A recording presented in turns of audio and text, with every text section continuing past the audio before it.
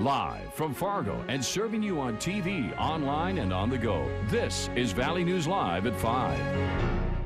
We're trying to keep it cool and just trying to keep an explosion from happening. We begin tonight with breaking news out of Callaway, Minnesota, where a crash between a train and a semi-truck caused a city evacuation. Good evening and thanks for joining us. Andrea has the night off. Several train cars are derailed. None of them were carrying hazardous materials. However, the semi-truck was carrying propane and started on fire. Callaway is located right on Highway 59, just about 20 minutes north of Detroit Lakes, Minnesota. That's where Valley News Team's Natalie Parsons joins us live with more. Natalie, what can you tell us? Christine, the plan as of now is to keep the tank cool and to let it burn out on its own. The driver of the truck has no reported injuries, and the two people on the train were treated for non-life-threatening injuries. Law enforcement went door to door a little before 1 p.m. this afternoon, evacuating those in the town of Callaway, and the Red Cross has come to help. But when they do, we're as prepared as we can, and I guess that's just as far as things go as chaotic as can be. Everybody has their roles and knows what they're doing. We work together very well, and I think that's been a big part for what I'm seeing today, for things going as smoothly as they can.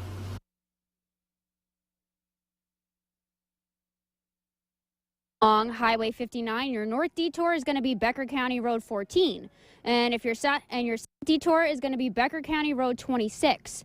Local, county, and state agencies are working as a team in an effort to make sure the situation does not take a turn for the worst. In Callahan, Minnesota, Natalie Parsons, Valley News Live. All right, thanks, Natalie. Officials tell us the semi-tanker has to burn off about 9,000 gallons of propane. The explosion concern comes with a larger propane tank sitting nearby at the elevator, which holds about 10,000 or more gallons. We'll have much more on this story on Valley News Live 10 at 10. Another likely heroin overdose in Moorhead, making it 4 in just 1 week for this city. This time, the man survived. Around 11:30 last night, Moorhead police were called to a home where a 38-year-old man had collapsed and wasn't breathing. FM ambulance paramedics administered Narcan that's being credited to help save the man's life. Police say the situation meets the requirements defined in the Good Samaritan law for prosecution immunity for both the first caller and the victim of the drug overdose. Police say they will not be investigating any further. Grand Forks had a 39% increase in violent crime during 2015. That today from numbers released in the annual police crime report. Violent crime includes murder, rape, robbery, and aggravated assault. The latest numbers meet a 29% increase over the 10-year average. However, as Valley News Team's Neil Carlson shows us, that percentage of increase doesn't always show the true story. Ma'am, come back this way. Come back this way. Come to me. Come to me. We got a male down over here. The most violent Grand Forks crime of 2015 was during the May Walmart shooting. Before taking his own life, the shooter killed one Walmart employee and wounded another. But when police add up all the numbers of all the crimes, percentages don't really tell the whole story. Police say they look at the overall numbers in this report and not percentages when planning policing strategy. For instance, in 2015, the murder rate jumped 100%. That's because there were 2 murders in 2015 compared to 1 the year before.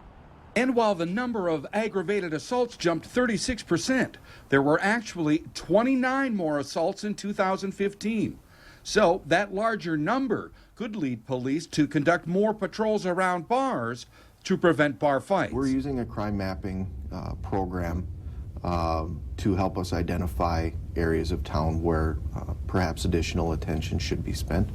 We're also taking a look at our entire organization to say, are we allocating resources where we need to? The number of rapes also increased to 40 compared to 29 the previous year, and robberies jumped to 23 compared to 15 the previous year.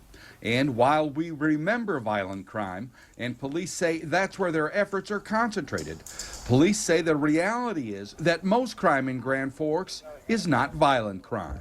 There are far more shoplifters, theft of bicycles, theft from motor vehicles than violent crime. In Grand Forks, Neil Carlson, Valley News Live.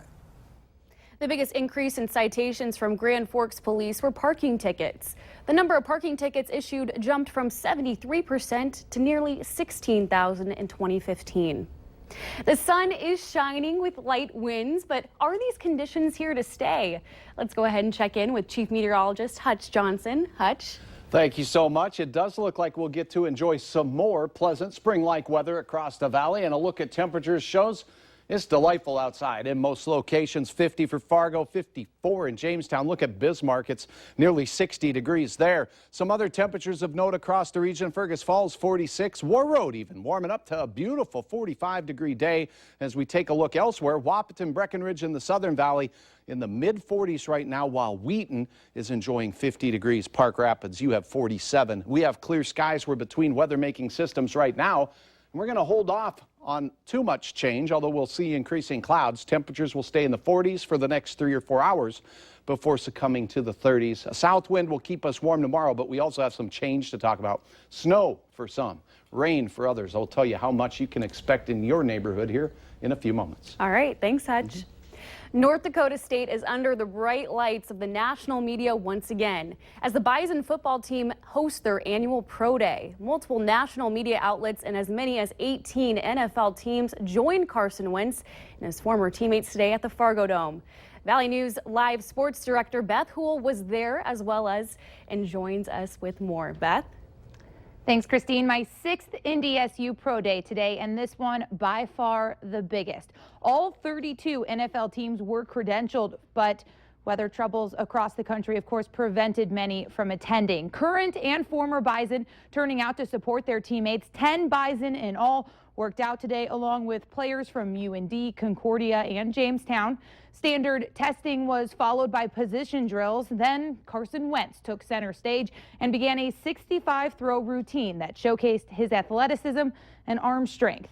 A total success was the unanimous feeling throughout the Fargo Dome, but Wentz wasn't the only one impressing today. NFL senior media analyst Gil Brandt has big praise for NDSU. You know, most teams, when you go there, they roll out the red carpet. They've rolled out the green carpet here. And they've done a great job. It's so well organized, and everybody's so helpful. And it's just a pleasure to come here. And the city's a nice city. Now, that's a man with more than a half-century of NFL scouting experience. Coming up tonight in sports, we hear from Carson Wentz and Joe Haig, plus plenty more breakdown online at valleynewslive.com. Christine? All right, thanks, Beth. And of course, remember to like Valley News Live on Facebook so you can follow the latest news, weather, and breaking news updates anytime on your feed. Just search Valley News Live, like our page, and you'll stay informed throughout the entire day. An assistant professor at Valley City State University was arrested after more than 200 credit and gift cards were discovered in his apartment. Valley City Police arrested Longman Ram Lau for identity theft and possibly counterfeiting cards. He's an assistant professor in the social science department at VCSU. Police also searched his office and found more credit and gift cards. Valley News Team's Giovanna Simic has reaction from the university and the city.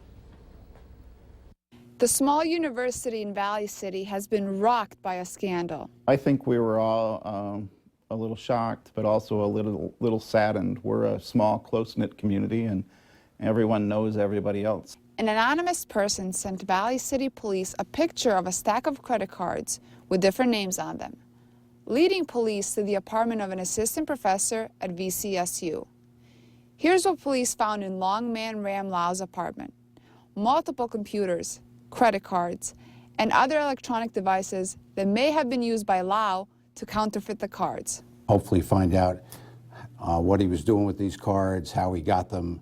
Hopefully there'll be emails or some sort of tracking inside the computers that'll tell us more about what was going on. Lau is in the U.S. legally on a visa from China, and police don't want to take the chance of him leaving the country. We're attempting to get his bail raised because we feel he's a flight risk.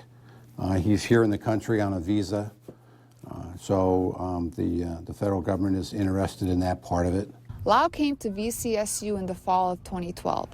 He has been placed on administrative leave and banned from using the school's computers or networks.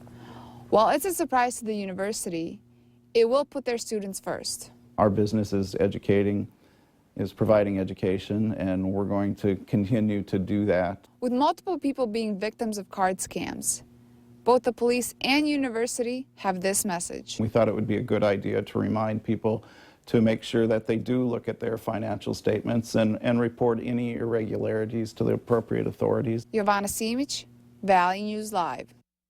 Police won't say who the tipster is, but they are grateful for their help. Lau was arrested for unauthorized use of personal information and possession of stolen property. He may face additional charges. Grand Forks held a grand opening ceremony for its newest fire station today. Fire station number 5 is located along 47th Avenue South in the southeast corner of town.